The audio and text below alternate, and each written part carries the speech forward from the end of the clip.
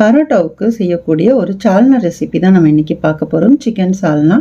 2 teaspoon அளவுக்கு மல்லி எடுத்துக்கோங்க. அப்புறம் பட்டை லவங்கம் எடுத்துட்டு கொஞ்சம் ஜீரகம், பெருஞ்சீரகம், மிளகு, காஞ்ச மிளகா, ஒரு பிரியாணி இலை, கசகசா, தேங்காய், முந்திரி பருப்புகளையுமே நம்ம சேர்த்துக்கலாம்.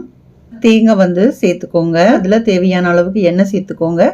ஒரு பிரியாணி இலை, பட்டை லவங்கம் போட்டுக்கோங்க. கொஞ்சமாக சோம்பு சேர்த்துக்கோங்க. இதையும் நம்ம இதில் ஆட் பண்ணிக்கலாம்.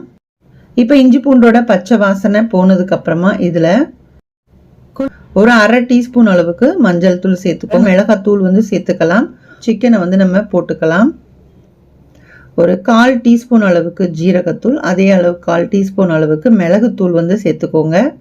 சின்ன தக்காளியாக இருந்தால் ஒரு 3 தக்காளி சேர்த்துக்கோங்க. மூடி போட்டு கொஞ்சம் நேரம் வேக வச்சுருங்க. சிக்கன் பாதி அளவுக்கு நல்லாவே வெந்துருச்சு. கொத்தமல்லி இலையும் புதினாவும் ரெண்டுமே நான் அதில் ஒன்றாவே கட் பண்ணியிருக்கேன். ஏன்னா அளவுக்கு உப்பு சேர்த்துக்கலாம்.